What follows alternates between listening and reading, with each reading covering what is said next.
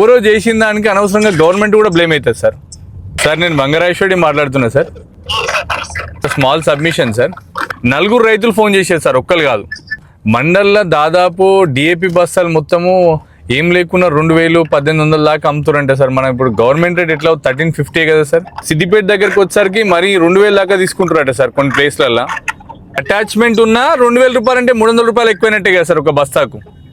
50 రూపాయలు హమాలి ఛార్జ్ అట్లా తీసుకుంటే ఏం కదండి, మరి 250 రూపాయలు, 350 రూపాయలు, 2000 రూపాయలు. ప్రాబ్లం ఏంటంటే సార్, ఎవరో చేసిన దానికి అనవసరంగా గవర్నమెంట్ కూడా బ్లేమ్ అవుతుంది సార్.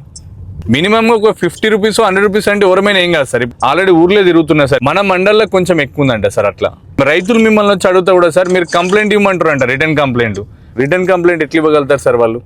డిస్ప్లే బోర్డు కూడా 1350 ఒకటి, 300 ఒకటి, వర్ని యూరియా ఒకటి అది పెట్టేసేస్తే రైతులకు కూడా క్లారిటీ ఉంటుంది సార్. బయట కంట్రీ నుంచి షిప్మెంట్ రావాలి కాబట్టి అక్కడ యుద్ధాలు ఆ పరిస్థితులలో హార్మోజా ఇష్యూస్ తోని వారం 10 రోజులు డిలే దాన్ని అడ్వాంటేజ్ గా తీసుకొని ప్రైజెస్ ఓవర్ హైప్ చేసుకొని ఈ అటాచ్మెంట్స్ ఏం లేకుండా ఇంత రేటుకి తీసుకోండి అని చెప్పేసి కొంచెం ఆ ఇష్యూస్ ఎక్కువ అవుతున్నట్టు అనిపిస్తుంది. ఇంకోటి పిఎస్సిఎస్ తరఫున కూడా సప్లైలు అయితే లేవు సార్.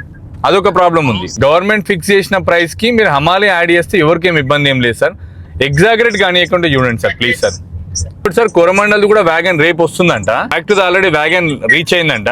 3 days లో మొత్తం యూరియా ఫ్రీ అయిపోయేటట్టు ఉంది సార్. ఆ మెసేజ్ కూడా రైతులకు పంపించండి సార్, మీరు కన్ఫర్మ్ చేసుకొని.